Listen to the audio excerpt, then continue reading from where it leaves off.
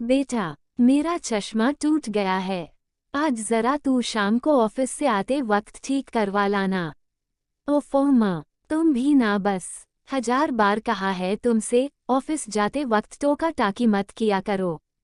पर तुम हो कि कुछ समझती ही नहीं हो, सारा मूड खराब करके रख दिया। यह प्रतिक्रिया थी 45 वर्षीय बेटे अशोक की जब उसकी 75 वर्षीय माँ ने उसे अपना टूटा हुआ चश्मा ठीक करवा कर लाने को कहा। और तब वह बेचारी लाचार बेबस माँ अपनी आंखों में आए आंसुओं को छुपाने की कोशिश करती अंदर अपनी कोठरी में चली गई। अशोक एक बहुत ही बड़ा लेकिन शायद दिल का छोटा नामचीन उद्योगपति है। उसकी कपड़ा मिल मानो आजकल सोना उगल रही है। 8 कमरों के 3 मंजिला बंगले में बस वो, उसकी पत्नी, उसके 2 बच्चे और उसकी एक विधवा माँ रहते हैं। लेकिन वो कहते हैं ना कि बड़े घरों में रहने वालों के, और बस ऐसा ही कुछ हाल था। दिल बहुत छोटे होते हैं, और बस ऐसा अशोक और उसकी पत्नी सीमा का।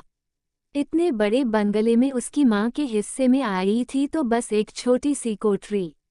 अशोक की माँ, जिन्होंने अशोक को बचपन में बहुत ही कष्टों से पाल पोस कर बड़ा किया था, आज उनका उसी अशोक के घर में बुरा हाल था।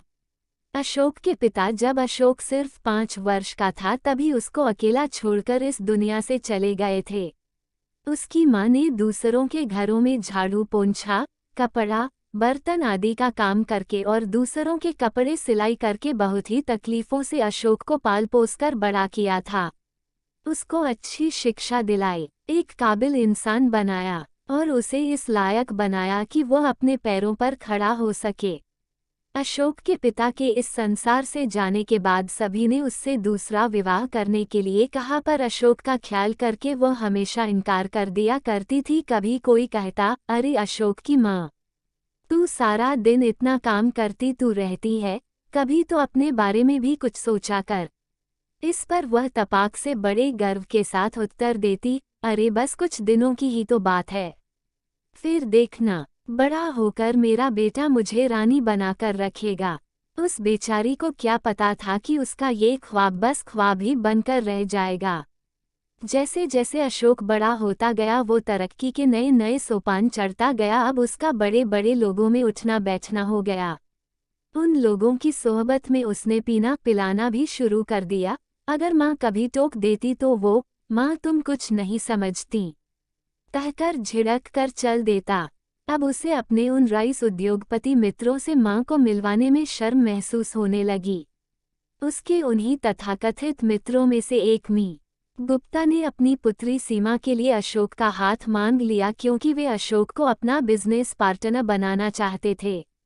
अशोक की तो जैसे मन की मुराद पूरी हो गई, लेकिन इन सब के बीच वह अपनी माँ की सारी कुर्बानियों को भूल चुका था और मानो अशोक और सीमा की आंख की किरकिरी बन गई थी। वो माँ एक दिन घर में किटी पार्टी चल रही थी। सीमा अपनी सहेलियों को अपना नया हीरो का हार दिखा रही थी, जो कि उसे अशोक ने उसके 40वें जन्मदिन पर उपहार में दिया था। उसकी सभी सहेलियां कभी उसकी तो कभी उसके हार की तारीफ करते नहीं थक रही थीं कि तभी वो बेचारी वृद्धा माँ पानी लेने के लिए अपनी कोठरी से बाहर आई और उसने सीमा से कहा, बहू, जरा एक गिलास पानी दे दो, बहुत गला सूख रहा है। अब क्या था, फटे हाल माँ का यूं सबके सामने उसे बहू कहकर बुलाना सीमा को बहुत नागवार गुजरा और वह मुंह बनाते हुए लगभग उसे घसीटती हुई सी उसकी कोठरी में ले गई और बहुत ही तीखे स्वर में बोली, क्या जरूरत थी बाहर आने की। तब वो माँ कहने लगी, बेटा, बहुत प्यास लगी थी तो मैं तो बस। माँ का इतना कहना भर था कि सीमा लगभग चीखते हुए कहने लगी, प्यास ही लगी थी ना, मर तो नहीं रही थी ना। मेरी नाक कटवा कर रख दी सबके सामने। इतना कहकर बड़बड़ाती हुई तेजी से वहां से निकल गई।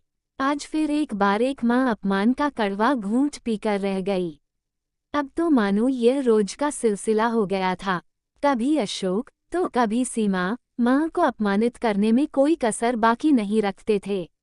आखिर एक माँ होने के साथ साथ एक इंसान भी तो होती है। क्या उसे जीने का हक नहीं है? आखिर कब तक सहन करती वो ये सब? और फिर जब उसके सब्र की इंतहा हो गई तब एक दिन उसने अशोक से कहा, बेटा, तू एक काम कर, तू मुझे वृद्धाश्रम छोड़कर आ जा। इस पर भी अशोक और सीमा दोनों तुनक पड़े और कहने लगे, लो, अब इस उम्र में यह दिन और देखना बाकी रह गया था। सारी दुनिया हम पर थूकेगी। लोग कहेंगे कि बूढ़ी माँ को वृद्धाश्रम भेज दिया। तुम्हें आखिर तकलीफ क्या है यहाँ? खूब मजे में तो रह रही हो।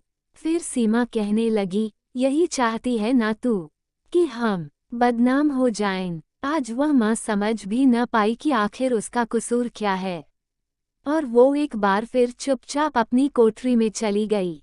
यूं ही दिन बीत रहे थे कि एक दिन हमारे माननीय प्रधानमंत्री श्री मोदी जी ने नोटबंदी की घोषणा कर दी और इस योजना के तहत हर व्यक्ति अपने खाते में सिर्फ 2.5 लाख रुपए तक के ही पुराने नोट जमा कर सकता था।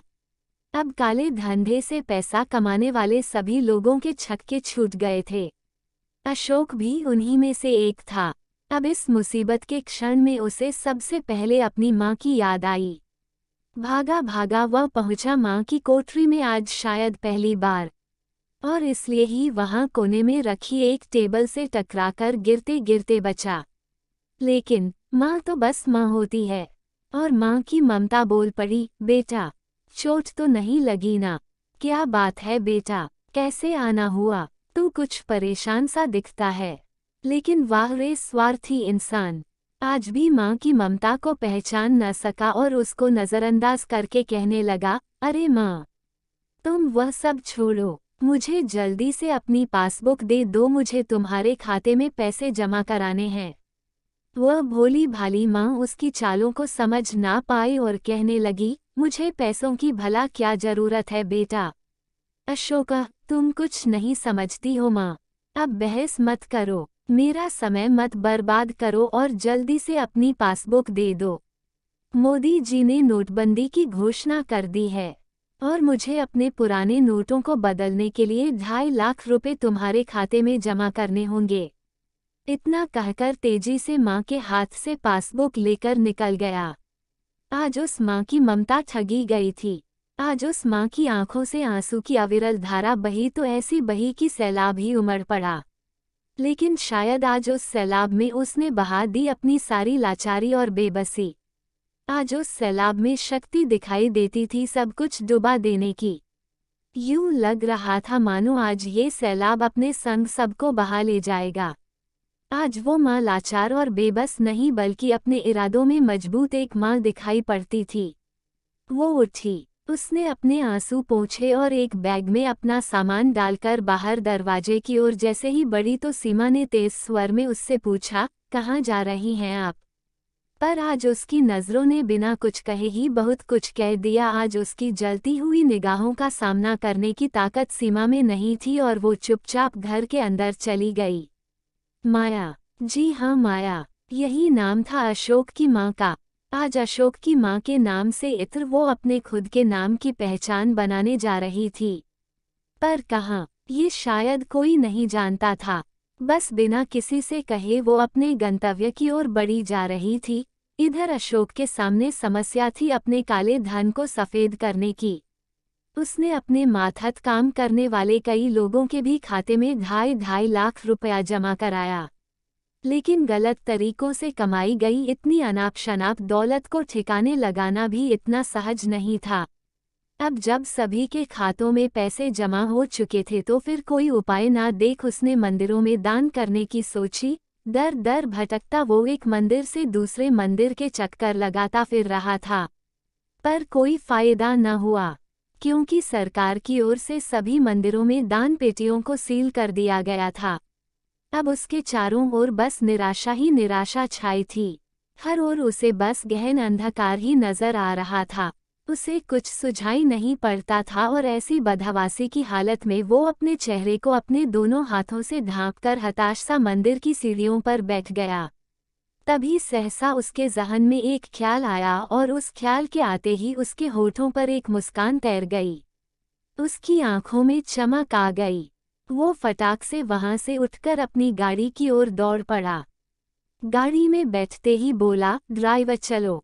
ड्राइवर, जी साहब, लेकिन कहाँ चलना है? अशोक, तुम बस चलो, रास्ता मैं बताता हूँ। ड्राइवर, जी साहब, इतना कहकर ड्राइवर अशोक के बताए हुए रास्ते पर गाड़ी चलाने लगा। लगभग 10-12 किलोमीटर की दूरी तय करने के बाद अशोक ने ड्राइवर को रुकने का इशारा किया। गाड़ी के रुकते ही अशोक तेजी से गाड़ी से उतरकर बाहर की ओर दौड़ पड़ा। सामने ही बड़े बड़े अक्षरों में बोर्ड लगा था, वसुंधरा वृद्धाश्रम। अब तक हतप्रभ से खड़े ड्राइवर को भी अब समझ आ गया था कि आखिर माजरा क्या है। अशोक भागकर वृद्धाश्रम में पहुंचा ताकि जल्दी से जल्दी अपनी 2 नंबर की कमाई को आश्रम में दान करके अपने पापों के बोझ से मुक्त हो सके। लेकिन जैसे ही वो आश्रम के अंदर पहुंचा तो वहां जो दृश्य उसने देखा उसे देखकर वो गश खाकर गिरने को ही था कि तभी 2 जाने पहचाने से हाथों ने उसे संभाल कर कुर्सी पर बैठा दिया। अशोक को अपनी आंखों पर यकीन ही नहीं हो रहा कि जिस मां को बदहाल अवस्था में सुबह घर पर छोड़कर निकला था, वो मां यहाँ इस तरह से आत्मविश्वास से भरपूर दूसरों को आत्मनिर्भर बनाने के प्रयास में रत उन्हें यूं सिलाई कढ़ाई सिखाती मिलेगी। अशोक, मां, तुम यहाँ। अशोक के मुंह से बस इतना ही निकल पाया था कि आज माया बोल पड़ी, हाँ बेटा, मैं यहाँ। अब मैं वो लाचार और बेबस मां नहीं हूँ। भगवान भला करे हमारे प्रधानमंत्री जी का आज जिनकी वजह से मेरे पास 2.5 लाख रुपये हैं। मैं वो सारी रकम मेरे ही जैसे अनेकों मजबूर और अपमानित वृद्धों के उत्थान के लिए इस आश्रम को दान कर चुकी हूँ। आखिर हर चीज सही समय आने पर उचित स्थान पर पहुंच ही जाती है, फिर चाहे वो इंसान हो या पैसा। अशोक, माँ, ये तुम कैसी बात कर रही हो? तुम मेरे साथ घर चलो माँ। माया, नहीं बेटा, अब और नहीं, तू अपनी दुनिया में खुश रह, मेरा यही आशीर्वाद है।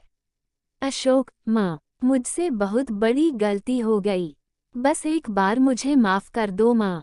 इतना कहकर अशोक माँ के कदमों में गिर पड़ा। पर आज एक कमजोर माँ से पहले एक खुददार स्त्री वहां खड़ी थी, जिसे अपने स्वाभिमान के साथ कोई समझौता कतई गवारा न था, और वो अपने पैरों को अशोक से छुड़ाकर अंदर की ओर चली गई। लेकिन आज उस गर्विणी की आंखों में आंसू नहीं बल्कि अपने स्वाभिमान की रक्षा की खुशी की चमक थी। दोस्तों, जो माँ बाप अपने बच्चों के लिए सब दुखों को सहते हुए उन्हें हर सुख सुविधा देते हैं, वही बच्चे बड़े होकर अपने माँ बाप को देखना पसंद नहीं करते। माँ बाप को सबके सामने बेइज्जत करने में भी उन्हें शर्म महसूस नहीं होती है। जो व्यक्ति माँ बाप का आदर नहीं कर सकता, वह कभी किसी का सगा नहीं हो सकता। अतः अंत में इतना ही कि सदा अपने माँ बाप को प्यार और सम्मान दे, तभी सही अर्थों में मानव जीवन सफल कहलाएगा। अगर आपको कहानी पसंद आई तो वीडियो को लाइक और शेयर करें, साथ ही कमेंट में ज़रूर बताएं कि आपको कहानी कैसी लगी। फिर मिलते हैं एक और इंटरेस्टिंग कहानी के साथ। तब तक आप चैनल पर मौजूद और कहानियों को सुने। धन्यवाद।